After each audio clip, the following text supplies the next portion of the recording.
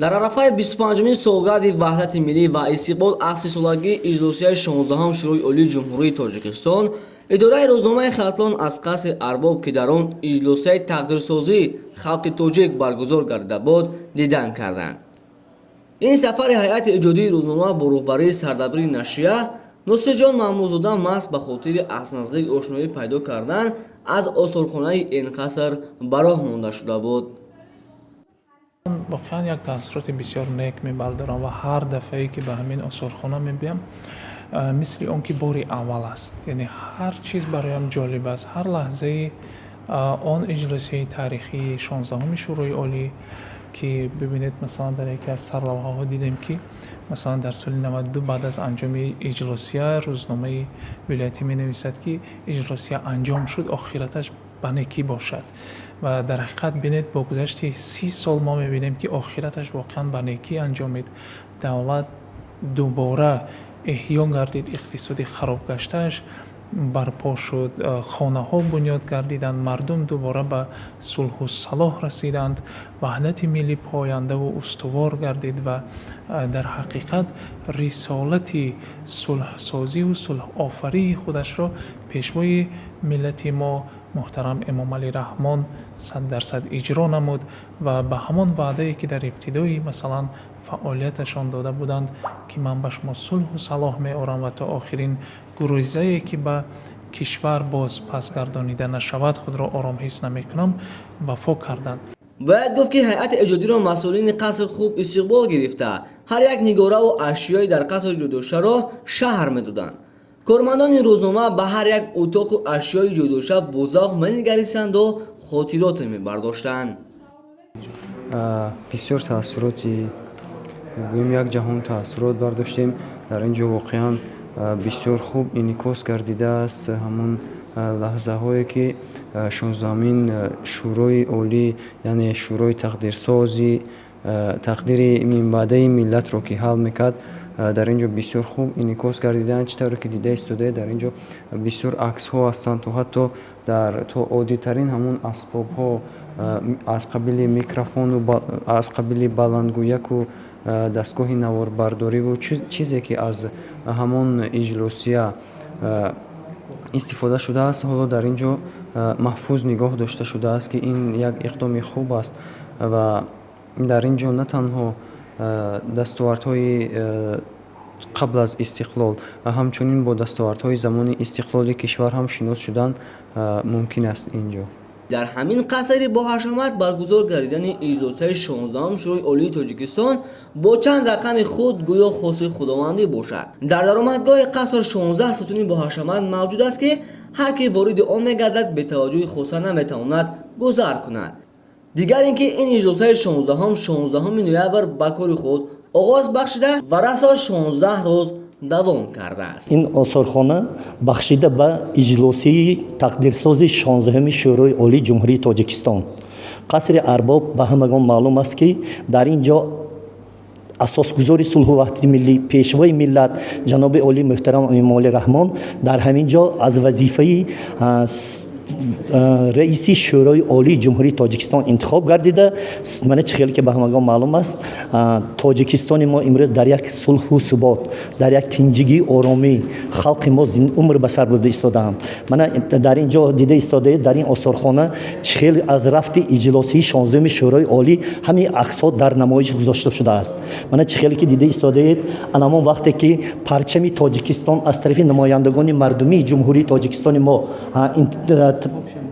تأسیس گردیده بود انا همینجور در وقتی تالار وارد نبودن بایر پرچم رو بوسه کرده ایستاده قسمی خوردگیشان اولین من به تاجیکستان صلح می آورم تا اون دمی که خلق تاجیک از گریزگان از وطن خود بر نمیگردن من خودم را آرام تنج حس نمی کنم گفته ایستاده قسمی خوردگیشان همین بود که امروز من تاجیکستان ما در یک فضای صلح و آرامی تنجگی با سروری پیشوای معظم ما عمر به سر برده ایستاده. مورد تذکر است که قصر ارباب که همکنون مؤسسه دولتی ولایتی قصر ارباب نامگذاری شده است نیز مکان تماشا می باشد و تاریخ بویو عجیبی دارد. در آنجا متخصصان سیاحی فعالیت دارند که برای سیاحان از آغاز بنیاد بینای محتشم روند اجلاس‌های 16 شورای عالی تاجیکستان با زبان‌های گوناگون از جمله روسی و انگلیسی معلوماتی پورا می‌دهند.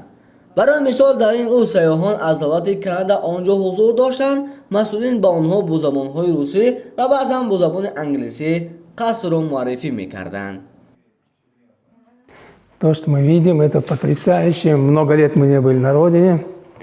Этот дворец, это что-то, у меня вот не могу даже говорить, потому что слезы накатывают.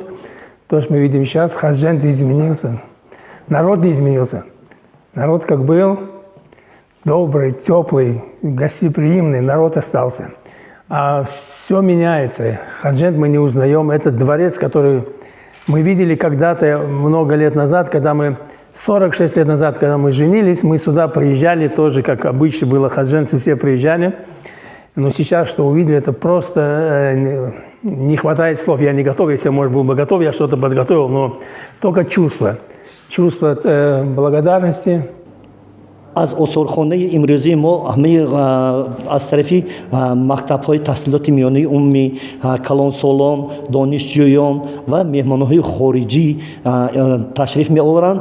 дар моҳи ҳамин моҳи май зиёда аз 4698 адад толибилмону донишҷӯён, зиёда аз 150 нафар меҳмонони хориҷӣ ва наздик қариб 850 нафар меҳмонон калонсолони бошандагони худи ҷумҳурии тоҷикистон аз осорхона дидан намуданд. ҳайати иҷодии рӯзномаро дар ин рӯз сардабири рӯзномаи вилояти суғд ҳақиқати суғд ҳамроҳӣ дошт ва ташкили ин сафари кормандони рӯзномаи хатлонро бахшида ба 25-мин солгарди ваҳдати миллӣ чунин мешуморид. ба ростӣ дар арафаи ҷашни 25-солагӣ ба имзорасии созишномаи умумии истиқрори сулҳ ва ризояти миллӣ идораи рӯзномаи вилояти хатлон як иқдоми хеле наҷибро пеша карданд. ин боз барои мустаҳкам шудан, боз устувор шудан, боз ҳамкориву ҳамфикриву ҳамақидиву ҳаммаслакии ду рӯзномаи бузургтарини вилояти суғд ва вилояти хатлонро боз ҳам устувор карданд. иқдоми хеле наҷиб карданд ки мо аз ҳайати эҷодии рӯзнома аз ин хеле ифтихорам кардем ва иқдомам кардем ки минбаъд моям иқдом ташаббус мекунем ба сафар кунем ба минтақаҳои дурдасти шаҳру ноҳияҳои хатлон ки аз дастовардҳои ҳар як минтақаи кишвар ин дастоварду муваффақияти даврони соҳиби истиқлолии ватани азизамон тоҷикистони азиз таҳти роҳбарии пешвои муаззами миллат муҳтарам эмомалӣ раҳмон аст ки ҳар як дастовард ин ифтихор, рӯҳбаландӣ ва боиси сарфарозии мо мардуми сарбаланди тоҷик аст. хоса мо инъикоскунандагони ҳақиқати зиндагӣ, оинаи ҳақиқатнамои ҷомеа, рӯзноманигорону журналистон ки як корпуси бузурги идеологии кишварро мемонем. албатта мо аз ин бештару беҳтар бояд бохабар бошем ва анамин дӯстиро барои мустаҳкам кардан боз ҷаҳду талоши ҳамҷоя дошта бошем. маврид ба зикр аст ки қасри арбоб дар қатори иншоотҳои нодири ҷаҳонӣ ворид гардидааст. санги асосии бино соли 1951 аз тарафи қаҳрамони халқи тоҷик аллома бобуҷон ғафуров гузошта шудааст. ҳамин тавр бо иқдоми президенти ҷумҳурии тоҷикистон муҳтарам эмомалӣ раҳмон бахшида ба истиқболи 20-солагии иҷлосияи 16 шӯрои олии ҷумҳурии тоҷикистон бинои асосии қаср бо назардошти арзиши бузурги меъморию тарихӣ аз навсозӣ гардидааст. дар ҳафтаи боздин ҳамчунин ҳайати иҷодии асъолори баргузории иҷлосия дидан карданд. ҳар яке бо навбат дар курсие ки ҷаноби олии муҳтарам эмомалӣ раҳмон дар он шӯро нишаста буд аксҳои хотиравӣ мебардоштанд.